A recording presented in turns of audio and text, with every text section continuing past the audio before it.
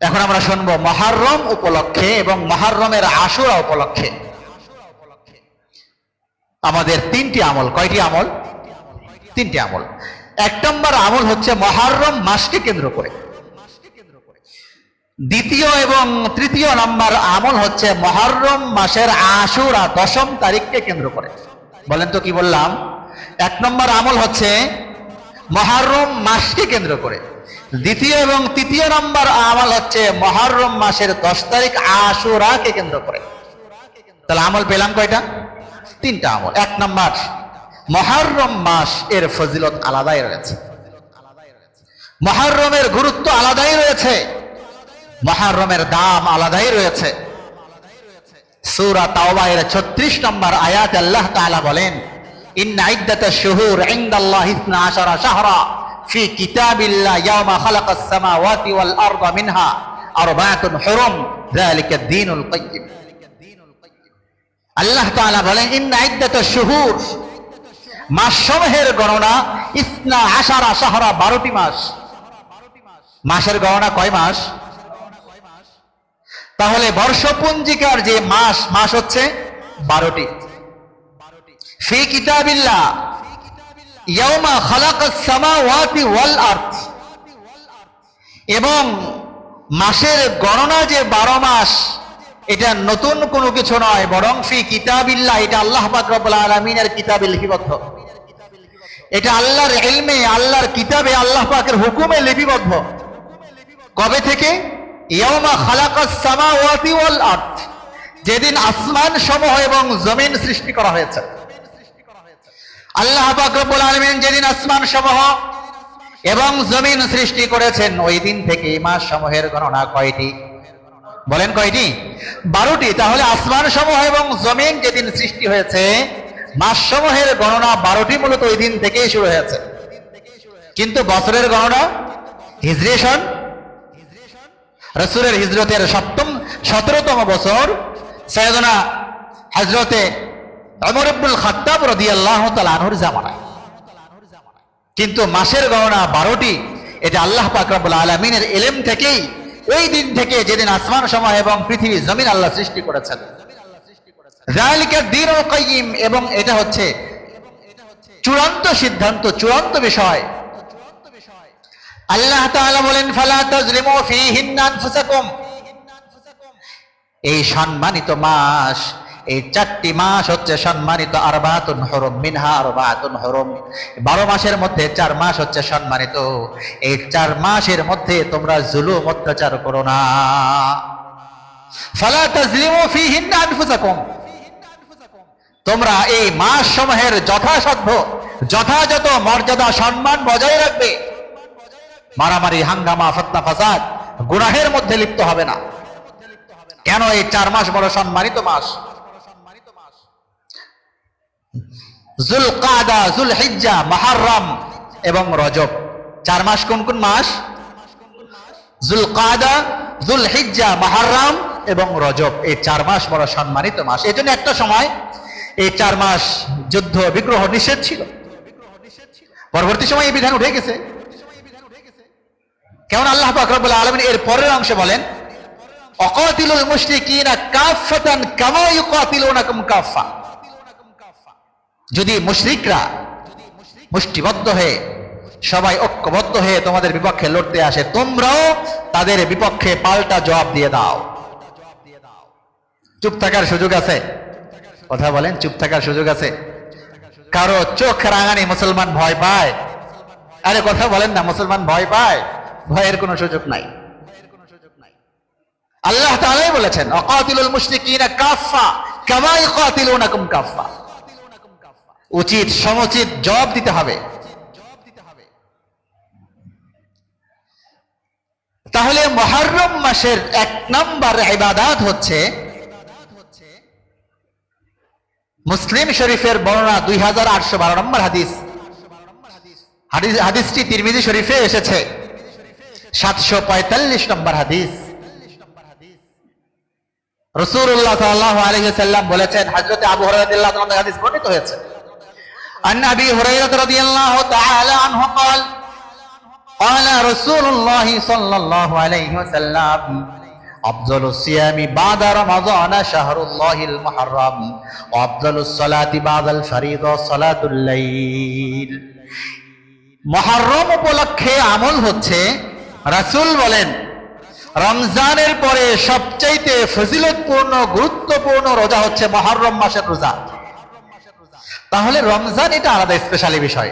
রমজান, কথা বলেন, রমজান এটা আলাদা স্পেশালি বিষয়। রমজানের পরেই বাকি 11 মাসের মধ্যে সবচেয়ে গুরুত্বপূর্ণ রোজার মাস হচ্ছে মুহররম মাস। মুহররম মাসের রোজার ফজিলত সবচেয়ে বেশি কিসের পরে? রমজান শরীফের রোজার পরে। তাহলে এই ফজিলতটা হলো পুরা মুহররম মাসকে কেন্দ্র করে। 1 তারিখ থেকে শেষ তারিখ পর্যন্ত আমরা যত বেশি মুহররমুল হারামে রোজা রাখতে পারি। রাসূল কি বললেন? আফজালুস সিয়াম বাদা রমাদান শাহরুল্লাহিল মুহাররম।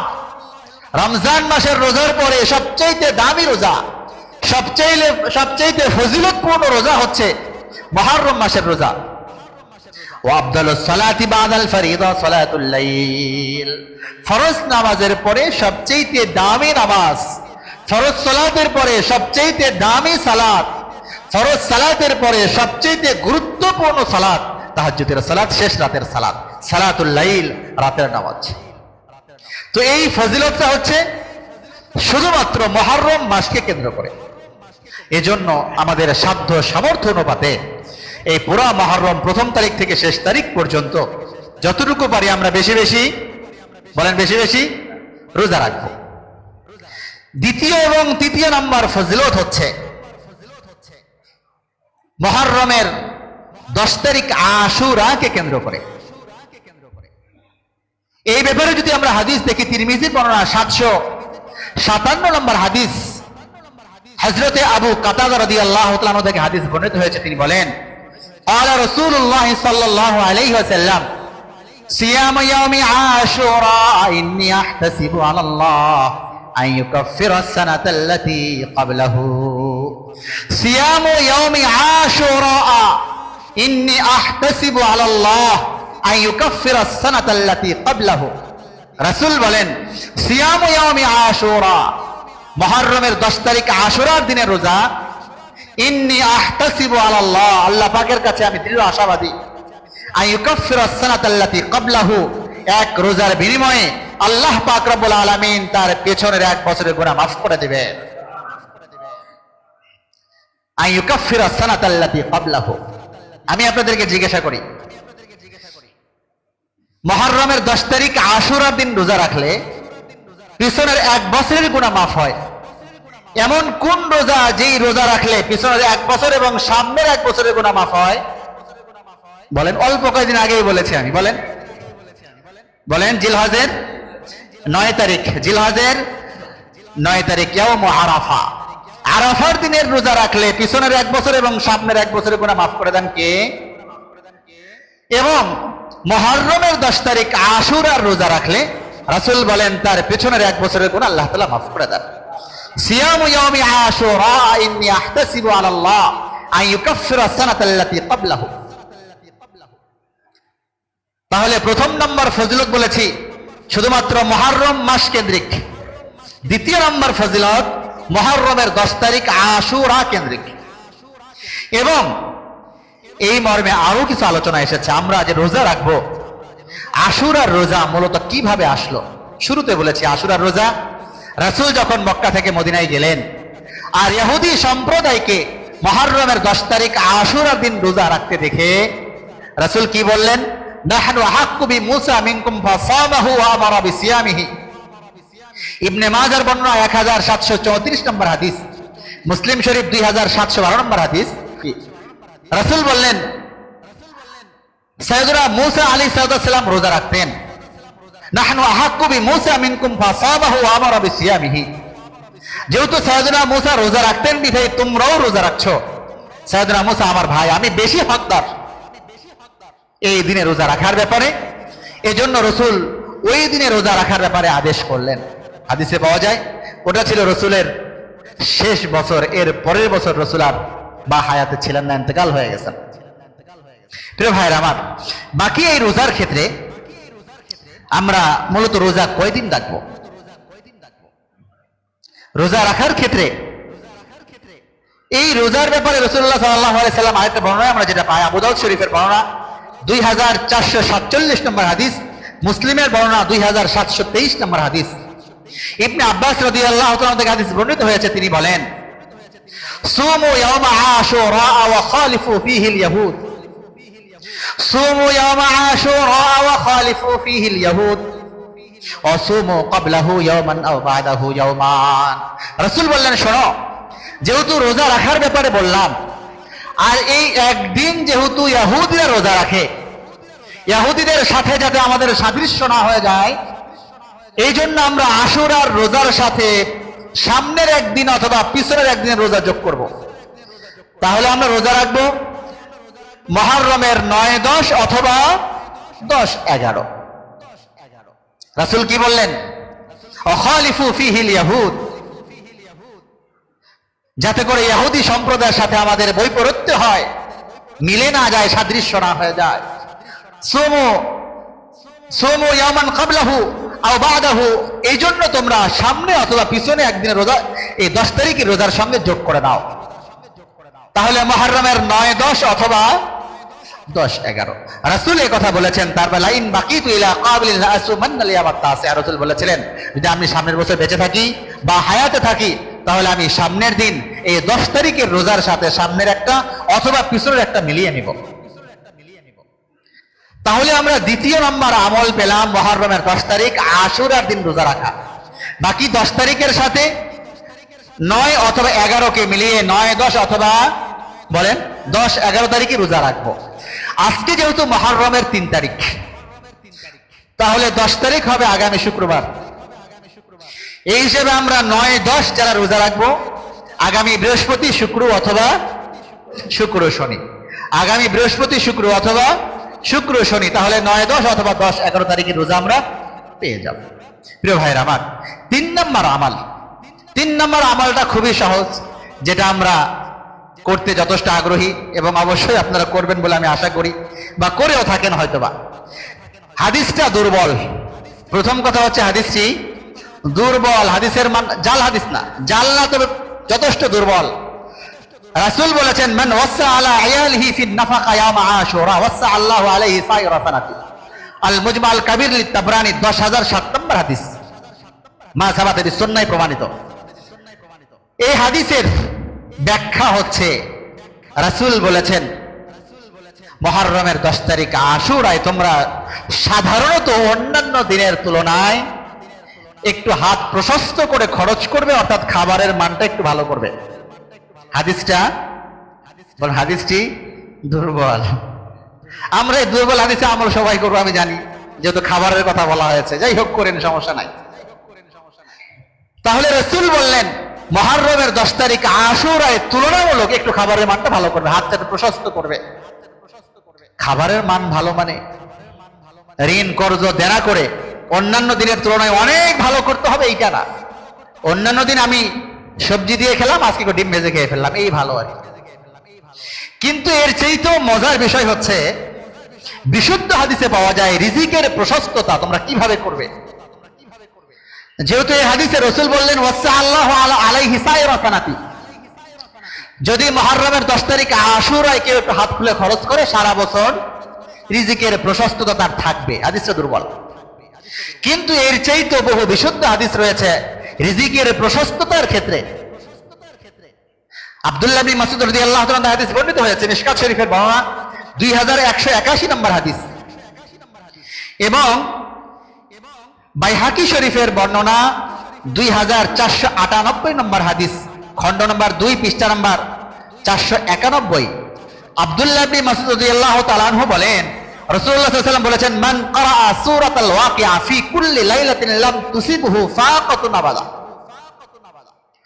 আব্দুল্লাহ ইবনে মাসউদ বলেন, মান ক্বারাআ সূরাতাল ওয়াকিআতি ফি কুল্লি লাইলাতিন লাম তুসিবহু ফাকাতুন আবাদা।